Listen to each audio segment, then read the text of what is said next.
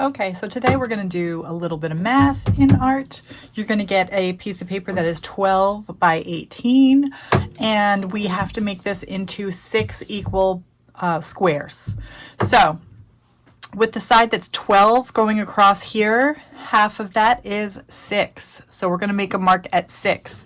This is a T ruler, and if you just hook it on the top, then you know that you are flush with the top, flush with the 0, and you know exactly where 6 is going to be. So I put a 6 mark over here and a 6 mark over here. Hope you could see that.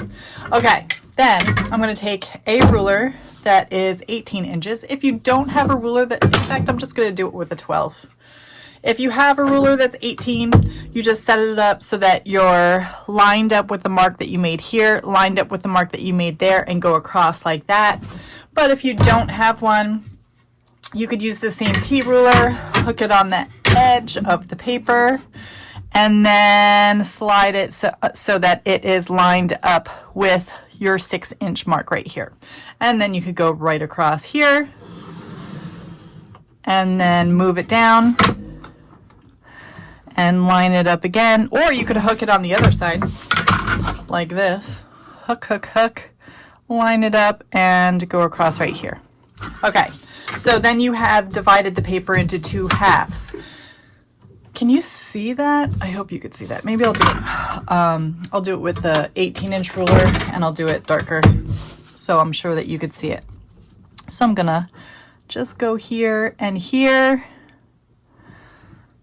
do it pretty dark, going across, and there we go.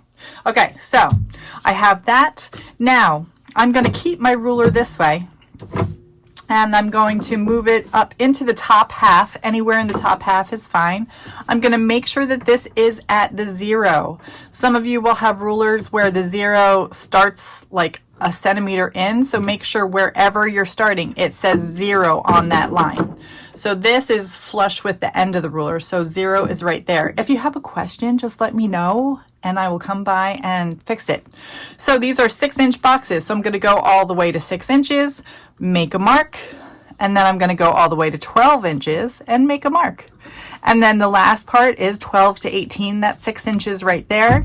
So these are 6 inches, 6 inches, and 6 inches. So I'm going to do the same thing in the bottom half of the paper, because you do have to have excuse me, 2 points to line up. So I'm making sure that this is at the very end, at the 0 part, and I'm going to make a mark 6 inches right here, and another 6 inches is 12, so right here. And then I have 6 inches, 6 inches, 6 inches. Okay, so then I'm going to take any straight edge. You don't have to pay attention to where you're marking, where your ruler measurements are. You do have to pay attention to where these markings are though. So I'm going to line up this top one with this bottom one, and I'm going to do a line going down. I'm going to line up with this top one and this bottom one and do a line going down. So now I have 6 equal 6-inch boxes. That is what you should have at the end. If your ruler looks like this or your line looks like this, you have to erase and do it over again. So if you want to call me over to check that you're doing it correctly, please do. Maybe I'll walk around and make sure that everybody has one step at a time to see if you can do that.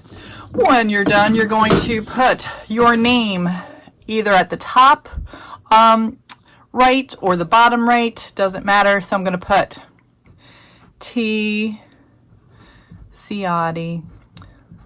You're going to put first name, last name, and then whatever class you're in. I'm going to put 48 because I'm probably grade 48, and C because I'm Ciotti. So on this first box at the top left, you're going to put PA. This means pre-assessment. Pre-assessment. That's what we're going to be working in today. Okay? So good luck.